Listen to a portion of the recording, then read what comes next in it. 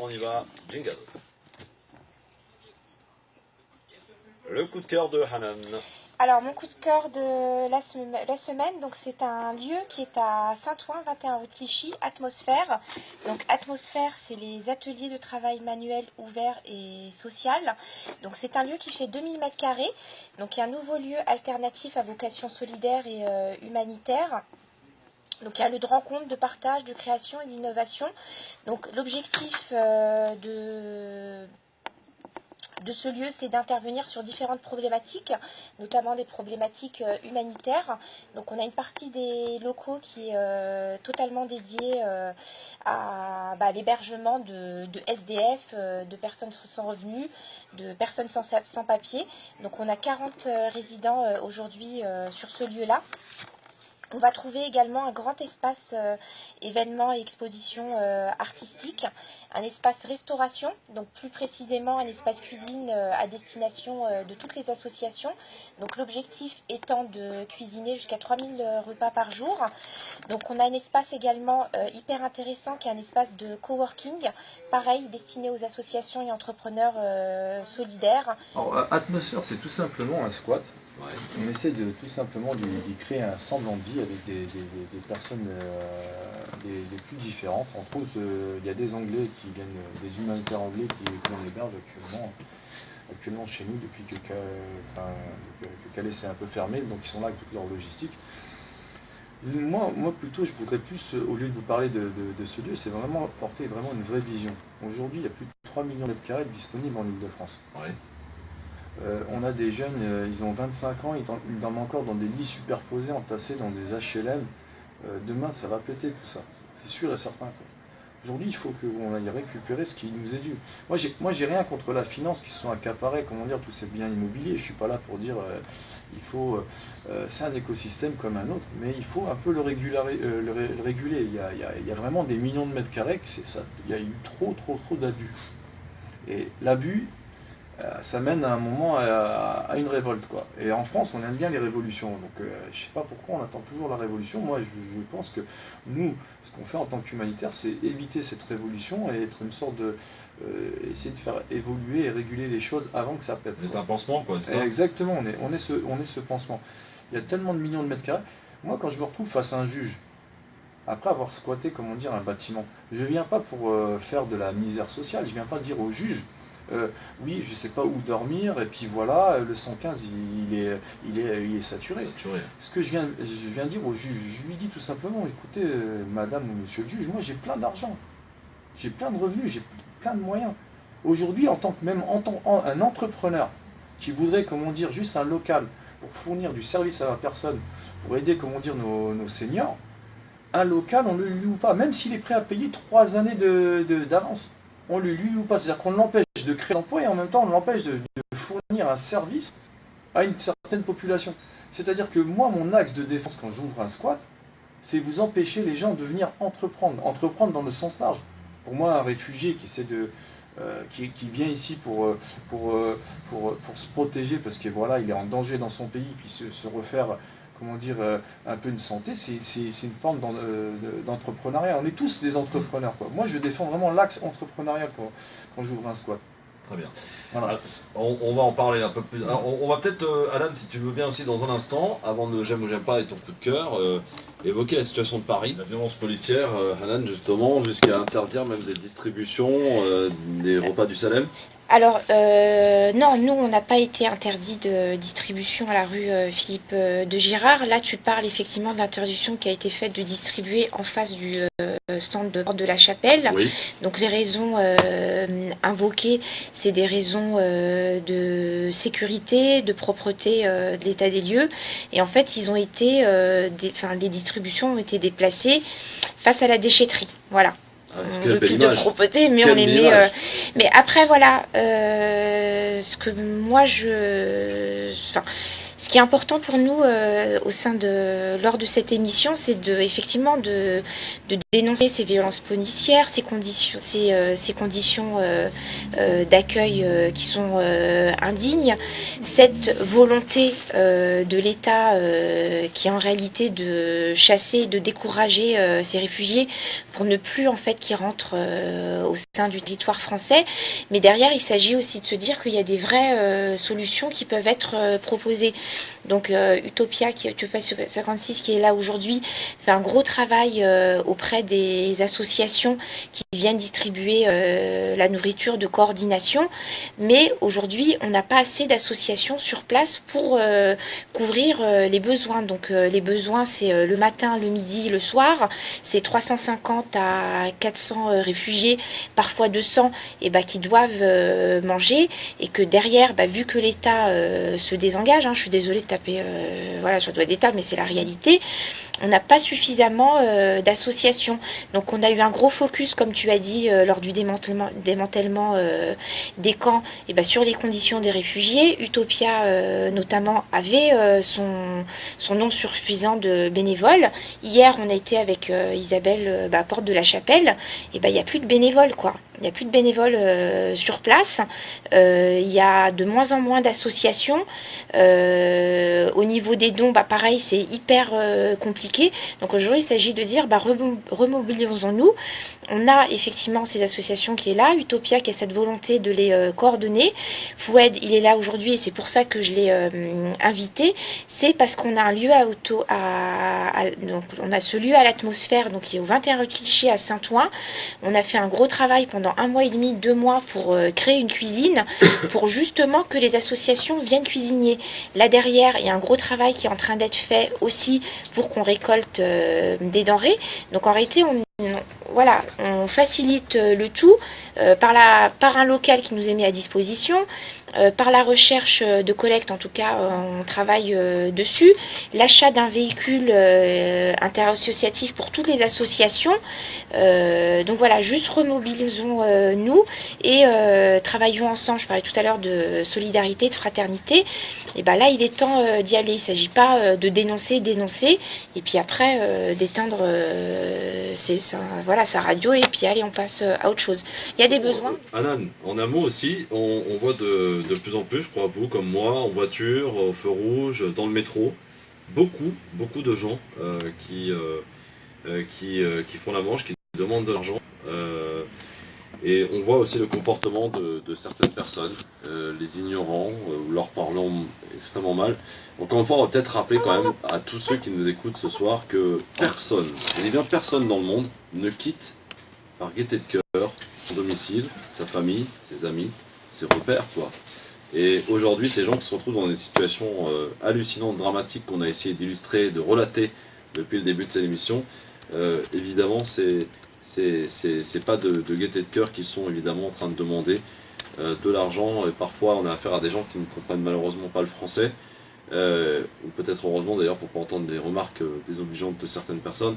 Ils sont de plus en plus présents dans le métro, dans les feux rouges. Est-ce qu'il y a aussi moyen d'encadrer tous ces gens, peut-être Là, en fait, si vous voulez, effectivement, quand on prend la voiture et puis qu'on prend les sorties de périphérique à Porte de Pantin, Porte de la Chapelle et un petit peu partout, on se rend compte qu'il y a un certain nombre de personnes, des familles, des mamans avec des enfants, des papas, des même très jeunes enfants, qui présentent une affiche en fait où on a écrit réfugiés syriens, aidez-nous, et qui nous présentent même des passeports. Moi, je parle arabe, donc effectivement, ça m'est arrivé, et c'est pas que mon témoignage à moi, c'est le témoignage de beaucoup de personnes aujourd'hui. C'est en fait que ces Syriens, en fait, ces prétendus Syriens, ne sont pas des Syriens, mais en fait, on imagine que c'est des Roms. Moi, je leur jette pas la pierre, en fait. Ce que je te disais tout à l'heure, Christophe, c'est que face à cette détresse humaine, face à cette pauvreté, le fait qu'ils soient dans la rue, c'est qu'en fait leurs moyens, leur solution en fait pour avoir un petit billet, un bonbon, un ticket restaurant, une main tendue, c'est de se faire passer pour des Syriens. Voilà. Ouais. C'est comme si eux, en fait, c'était des sous-hommes et que pour pouvoir provoquer une compassion, et bah, ils portent le voile et le passeport du Syrien. Je trouve ça hyper malheureux. Il y a pas mal, il y a aussi pas mal de réseaux d'exploitation. Et aussi. Ces personnes-là sont aussi utilisées par des réseaux mafieux. Voilà. C'est pas forcément tout ce qu'ils veulent faire. Ce qui est important, une chose avec Utopia qu'on défend énormément, c'est l'accès à l'information, la réelle information des personnes sur leurs droits et ce qu'on peut faire avec ces personnes, même si on ne peut pas forcément s'engager directement parce que ça peut faire peur, on ne sait pas forcément quoi faire, c'est leur donner l'information, apprendre soi-même l'information pour pouvoir la donner aux autres, parce que, ou alors leur donner accès à des associations comme Logistique, comme la CIMAD qui font un très grand travail d'information des... Ouais. Alors, j'avais proposé tout à l'heure, et avant que j'oublie, on va le faire parce que c'est important de faire un petit focus sur les demandeurs d'asile. Aujourd'hui, alors qu'est-ce qu'un demandeur d'asile aujourd'hui? Est-ce que quelqu'un est capable d'expliquer? Alors, bon, je vais expliquer en quelques mots. Donc, qu'est-ce que le droit d'asile en France? C'est le droit de rechercher protection hors d'un pays dont on a la nationalité ou sa résidence habituelle du fait de persécutions ou de menaces graves de la part des autorités de son pays. Voilà, de parti ou d'organisation. Pour quel motif on peut demander asile? Par crainte d'être persécuté en raison d'une race, d'une religion, d'une nationalité, en raison de combats pour la liberté. Donc aujourd'hui, alors attendez, c'est reparti. Aujourd'hui, on confond en fait tout est relié sous le terme migrant. Mais il y a les demandeurs d'asile, il y a les réfugiés et on a ce qu'on appelle les migrants économiques. Oui. Voilà. Donc aujourd'hui, qui octroie le droit d'asile en France? C'est l'OFPRA. Donc là, pareil, remettre l'accent sur les conditions d'accueil indignes. Adriana parlait effectivement du droit à l'information. Aujourd'hui, il n'y a pas d'information. Donc, ce qui fait qu'on retrouve des personnes qui arrivent sur le territoire français, qui ne savent pas où se diriger. Il n'y a pas de bureau d'accueil aujourd'hui, mis à part pour les Syriens. Alors le projet d'Anne Hidalgo, malgré tous les problèmes qu'il y a pu y avoir à la file de l'extérieur notamment, tout ce qu'on a pu entendre, il y a eu des problèmes avec ce centre, mais c'est aussi parce que c'est le premier exercice de ce type en France, donc on s'adapte, on essaye de trouver des solutions, mais le but de ce centre, c'est un centre pour primo-arrivants, c'est justement de pouvoir avoir un endroit d'hébergement de courte durée, donc à peu près 10 jours, pour des personnes qui viennent d'arriver en France, pour leur permettre d'avoir justement accès à l'information sur le droit d'asile et qu'ensuite ces personnes-là puissent décider ou non de demander l'asile et donc devenir demandeurs d'asile, c'est-à-dire rentrer dans la procédure et commencer sa demande et ensuite avoir accès à d'autres droits qui découlent de cette demande d'asile. Alors on va préciser, alors arrêtez-moi si je me trompe parce que je me suis un peu aussi renseigné. Quand on est demandeur d'asile en France, aujourd'hui, d'abord, est-ce qu'on sait à peu près combien ils sont aujourd'hui, concrètement? Est-ce qu'on a des chiffres? Parce que moi, je les ai pas là-dessus. Il y a eu à peu près, en 2016, 85 000 demandes d'asile. C'est une augmentation de 6% par rapport à 2015, mais ce n'est pas une augmentation énorme non plus. Et par rapport aux 67 millions d'habitants en France, c'est pas... Alors, ce que le droit aujourd'hui un demandeur d'asile, là aussi vous m'arrêtez si je me trompe, c'est 6 € par jour. C'est ça, c'est une allocation de demandeur d'asile. Voilà, une allocation de demandeur d'asile qui est valable uniquement pendant la demande. Voilà. C'est ça, parce que les demandeurs d'asile n'ont pas le droit de travailler. Voilà, donc ils touchent 6 €, alors quelques centimes, à 320 par jour. Lorsqu'il s'agit d'un couple, je crois que ça monte à 11 €. Ça dépend du nombre de personnes dans la famille. Oui, mais bien sûr, c'est pour ça que c'est important. Et ça peut aller jusqu'à 37,90 € lorsque ça concerne un couple et 5 enfants. Moi, c'est les chiffres que j'ai. Hein. Ouais, après voilà, je voudrais juste quand même refaire un point. Donc, c'est-à-dire quand ils arrivent en France, et c'est pour ça que je parlais de ce droit à l'information et à la prise en charge immédiate, c'est que voilà, il faut décrire la réalité du terrain aussi. On leur ouvre pas grande la porte. Ils arrivent pas, ils sont pas propulsés directement au centre à Porte de la Chapelle avec un dossier qui les attend signé et une allocation qui leur est versée. Pour entrer dans ce centre, soit effectivement ils se présentent directement parce qu'ils ont eu les informations. Soit, et moi ça m'est arrivé à plusieurs reprises, de rencontrer des mineurs qui étaient sur le terrain depuis 6 semaines et qui savaient même pas où aller. Et là, il n'y a pas d'argent, il n'y a rien du tout. À partir du moment où ils rentrent effectivement dans ce centre et qu'ils font leur demande d'asile, ça met plusieurs semaines. Voilà, ça met plusieurs semaines avant qu'ils touchent un sou. Une personne que je ne citerai pas aujourd'hui est arrivée au mois de décembre. Nous sommes le début décembre, nous sommes le 15 mars. Le 16 mars, pardon, elle ne touche pas 1 euro. Et pourtant, les rendez-vous sont faits en temps et en heure.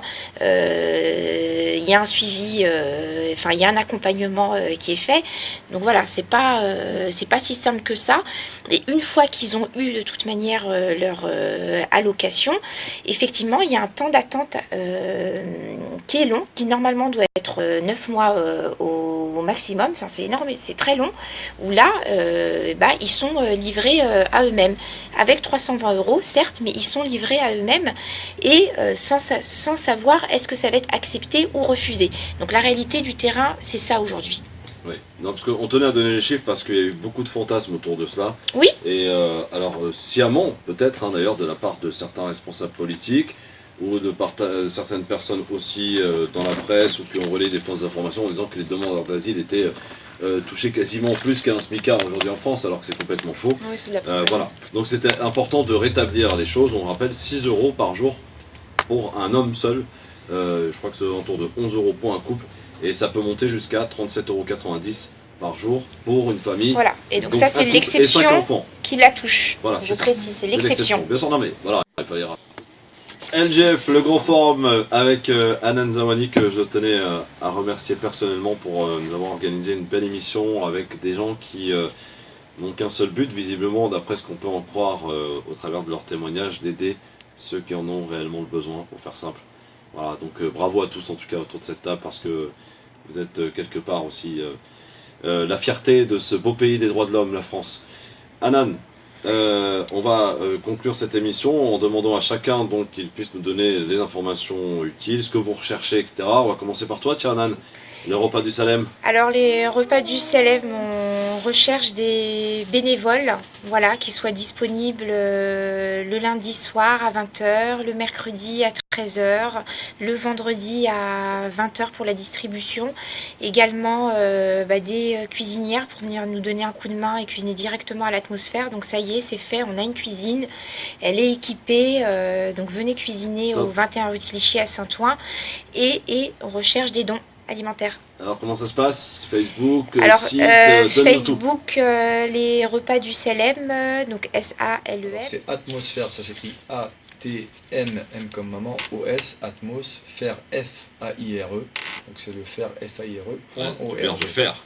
Voilà, du verbe faire, .org, atmosphère.org. Concernant mon petit mot de la fin, moi j'invite justement tous nos auditeurs à participer à des associations comme Utopia 56 ou les repas du Salem et n'hésitez pas à venir ne serait-ce qu'être juste observateur, commencez par là, venez juste observer votre analyse. Vous imprégnez un peu du terrain. Exactement, c'est déjà le premier pas, ça